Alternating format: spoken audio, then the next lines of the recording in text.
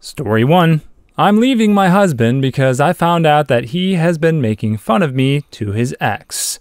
My husband, male, 45, and I, female, 36, met about 6 years ago. We've been married for 1 year. When we met, I was very fit and athletic. I started gaining weight, however, after suffering 2 miscarriages and the loss of my mother to cancer. I was very depressed and barely got out of bed if I didn't go to work. I stopped exercising and instead started eating junk food. I gained 40 pounds in 2 years, 2019 to 2020. During this time, my husband, then fiance, was very supportive and loving. I felt guilty and tried to give him an out several times, but instead he proposed and we got married last summer. Since our marriage, I've been feeling much better. And it showed. I've lost around 20 pounds so far, and I gained back my muscles and abs. He was so happy to see me feeling better. On his computer, however, it was totally a different story. He was talking, almost under our entire relationship, to his ex about me. His ex-wife, female 46, left him about 7 or 8 years ago for her colleague. The relationship didn't work out, however, and she tried to get back together with my husband. He has already met me, but they stayed friends, mostly via chat, texting, since she lives 12 hours away. My husband was complaining about everything about me. My job, my depression, my cooking, but mostly about my weight. He was telling her how disgusting I was to him, how he even found it hard to share the same bed since I snored like a dog. He sent her pictures of me while sleeping, sometimes in underwear, with comments about my belly, double chin, back boobs, etc. She found these pictures extremely amusing, and she came up with the name White Whale. They both found it hilarious, and now this is what they referred to me as. They don't flirt exactly, or talk about being together or starting an affair, but they do say that they miss each other, and they reminisce about the time they were married. She's more flirtatious, and he really enjoys it. Whatever he's telling her isn't what I have experienced with him. I don't dislike him. He tells me that he loves me all the time. We have great and passionate intimacy, and the way he touches and makes love to me is so great. He must be a really good actor if he was in reality disgusted by me. And he hates the few times we have to sleep apart. He's lying, and I don't know why he's doing it. He's lying to one of us, and I'm not sure if I want to know who he's lying to and why. I decided to get out of this marriage and leave this behind me. Right now, I'm acting like everything is normal, but I have started looking for a new job in another city and a place to rent. I also started with birth control pills in case something happens between us, and I've talked to a lawyer to prepare the divorce and start the process once I'm gone. One thing I'm not going to do is fall back into depression and weight gain. I will not allow it. What a waste of love he's been. Edit. I can't believe I need to explain this about the birth control pills. Very simple explanation. Up until I went through his messenger, I loved and trusted this guy. We had a great life together, and we were trying to conceive. When I read what he had written and the way he took pictures of me sleeping, something happened inside of me. Like, I don't know this person in front of me anymore. I can't read his face, and I don't trust him. I don't know how long I'm going to need to stay under the same roof as him. I don't know what his reaction would be if I refused him for a long period of time with no real excuse. I don't know what else he's capable of besides taking pictures of sleeping people. I don't know if, in a moment of weakness, succumbed to lust, or if he, for a moment, could fool me that he actually loved me, what would happen? For all these reasons, and many darker scenarios I've played out in my head,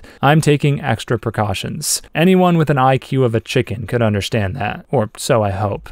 Yeah, good call, OP. I think you're definitely in the right to leave this person. They've clearly broken your trust. Normally, I would say at least have a face-to-face confrontation and try to iron out what was even going on in the first place to, maybe you misinterpreted some texts. But when he's got photo evidence, it seems pretty clear as day what he was trying to do. Or not what he was trying to do, but just the fact that he was going around her back and making fun of her. I think it's hard to deny that. So trust is broken, relationship is broken, marriage must come to an end. It's just so peculiar, though, why he would even propose to her in the first place. It can't be the weight, because it seems like she started to gain weight before he even proposed. I know the timeline she gives is 2019 to 2020, so we're getting into pandemic years. There's a whole lot of extra stressors on top of that, but I don't know. The only reason I can really think why this man would want to maintain a relationship with a person that he doesn't actually love being with. And side note, yeah, it seems like he is a really good actor if he's able to just put a face on and pretend to love her, especially when they're being intimate. But I can't think of a reason why he would do all that, enter into a marriage and pretend that he's someone that he's not, all the while having this side thing going on with his ex-wife, unless that's his like very weird kink that he likes to do some like affair-oriented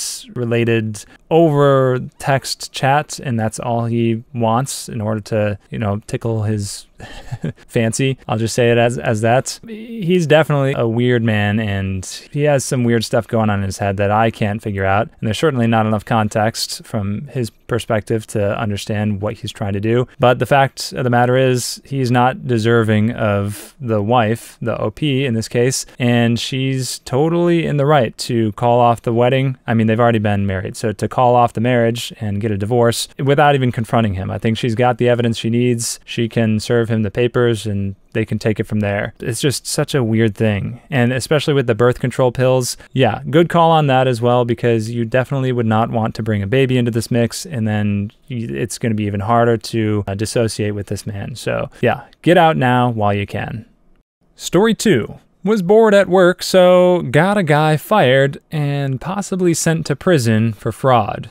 I work the night shift as a receptionist at a hotel in Norway, and most nights are spent watching Netflix and playing games. Last summer was really slow, and I also worked a lot extra, so I ran out of stuff to watch and games to play. One night, I got a mail from Scooter. He wanted to book a room for almost 20 days. I just had to send him the price and confirmation that we had rooms available, and he would then send me his credit card info for me to pre-charge. Normally, we just delete these kinds of emails, but I was bored out of my mind, so I responded with an offer for around $2,000 for the entire stay. Also made sure to inform him that he could cancel for free up until the day of arrival. This is probably the most common fraud attempt in the hotel travel industry. Unlike most businesses, we are able to charge credit and debit cards with only the card number and expiration date. No need for a PIN code, CVC, or other authorization methods. Our software also allows us to deposit money directly to local and international bank accounts by using the credit card number. Because of this, doo-doo heads like Scooter will try to prepay with stolen or skimmed cards, but then cancel the booking and ask us to refund the amount to a different card. Couple of hours after sending him the offer, he responded with a Visa number and told me to charge him as soon as possible. I checked the card with our validation software, and to my big surprise, it did not belong to Scooter. If validation succeeds, it will return with the card owner's name 90% of the time. I sent him a new mail stating that the card was declined because of insufficient funds. He quickly replied and gave me a new card to try. And guess what? This one didn't belong to Scooter either. Wasn't even the same person as the first card. By checking the BIN codes, the 6 first digits, I found which banks had issued the cards. Not even issued in the same country. My plan was to just call the banks and inform them of the attempted scam, but there were still several hours before I could go home, so I decided to mess with Scooter a bit more. Send him a reply that the second card went through, and also the reference number for his stay at our hotel. As expected, a couple hours later, Scooter sent a letter canceling the order and asked if we could refund the money to a different card, as he had lost his wallet and deactivated the card he had paid with. This card was issued from a Polish bank. Not sure why, but Polish bank accounts are often used by people who want to launder money from bitcoins and drugs. You can buy a legit card for around $500 that is registered to some guy or girl in Poland from the darknet. Poland. You can buy a card from a guy or girl in Poland from the darknet. At this point, Scooter was probably pretty happy about the $2,000 he soon would receive. I replied that it was no problem for me to transfer the money to a different card as long as it was valid. How fun would it be to also cancel his own card so that he had to spend $500 more for a new one? Not fun enough. In the last mail, I wrote that he could send me the card number, but that our email server would go down for maintenance in a few minutes, so my boss would do it on Monday. It was now Saturday morning, so there was enough time for the charged bank to call us and reverse the transfer. If he needed the money right away, I told him to call the hotel before I ended my shift at 7. He called almost immediately, and I wrote down the card number and his phone number. Told him I'd transfer the money and that it would be in his account by 12 o'clock. My shift ended, and I went home with all the info Scooter had provided. Wanted to see if I could find out who he was. And of course, this idiot had an open Facebook profile that I found using his phone number. He even listed his address and employer. Looked a bit like the artist Scooter, but with even more messed up face and spiky hair full of gel. He lived somewhere outside of London, in an area I would describe as a British trailer park. Houses that were nice at some point, but where the owners had spent £0 on maintenance since it was built. Thrash everywhere, I think they meant to say trash, and broken windows that were boarded up or fixed by sealing holes with garbage, also known as thrash. Now to the fun part. According to his Facebook profile, Scooter worked at a hotel. This meant that he would have access to card information from guests that booked through sites like Booking.com.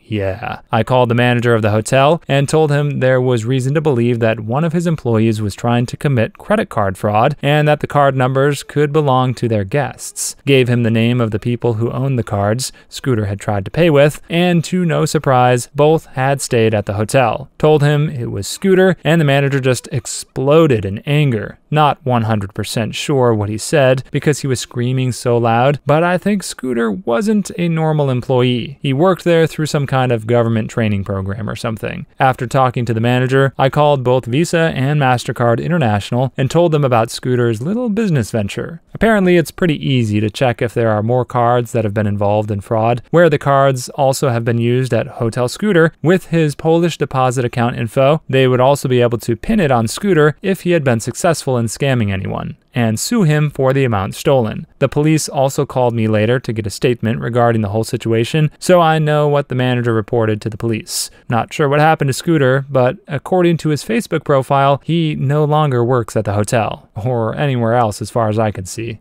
I think the moral of this story is to never mess with a bored employee because they have all the time in the world and they have to be conscious for it, so they're going to find whatever way they can to entertain themselves, even if it includes messing up your life and your schemes. Schemes. Anyway, yeah, you would think that if Scooter worked in the same industry, he would be at least somewhat aware of all the fail-safes that are in place to prevent this sort of scam, and he went for it anyway, and he got caught and paid the price. Good on OP for being such a diligent detective. Story 3. Entitled Mother wants me to be her free babysitter and lifeguard.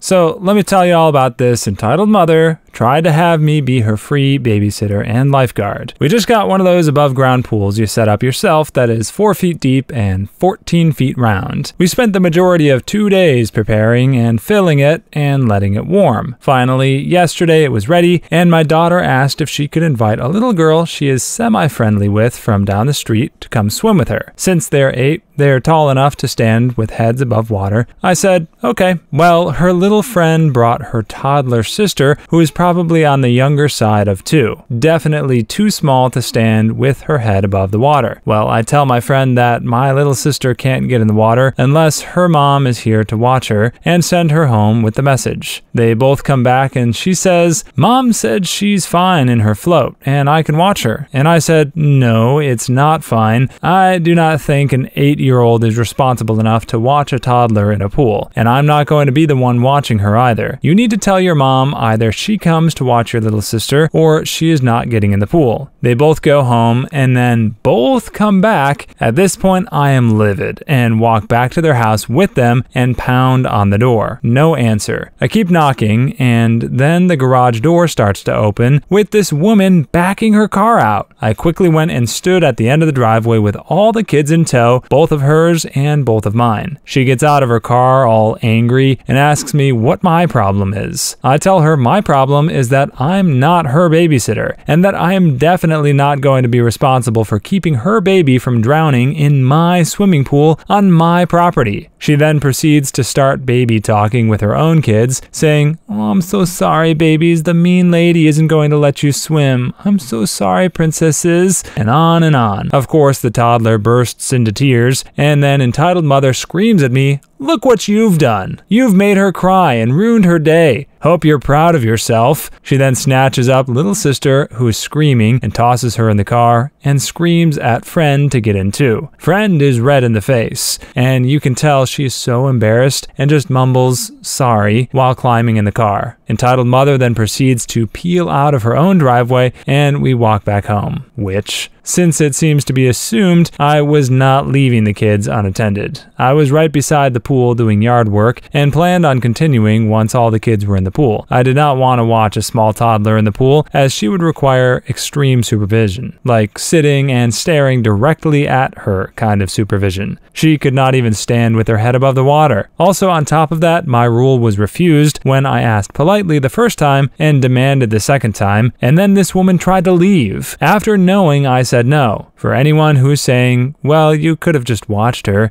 No, I couldn't. I didn't want to. And I don't need a reason not to be a free babysitter for a tiny toddler that I have literally never met. Surprise, I have had a costume change. And at first my hair was up, now it's down, and some of y'all are saying that it makes me look a bit more like Jesus. Even though I could walk on water, if I was in this OP's shoes, I would still not want to watch the other person's kids in the pool. That is not the responsibility of this OP, especially because it's her property. All the liability and the financial fallout that would come with a drowning kid on her property would fall into her lap. That is not something that you want to assume and take responsibility for, especially if it's her day off and she's just trying to get some gardening done. Just let her do it in peace. Her kids, the other person's kids, are not OP's responsibility. It's yet another case of someone not parenting their own kids. Please leave your stories in the comments. I'd love to make a video of them in the future. Also, don't forget to like and subscribe.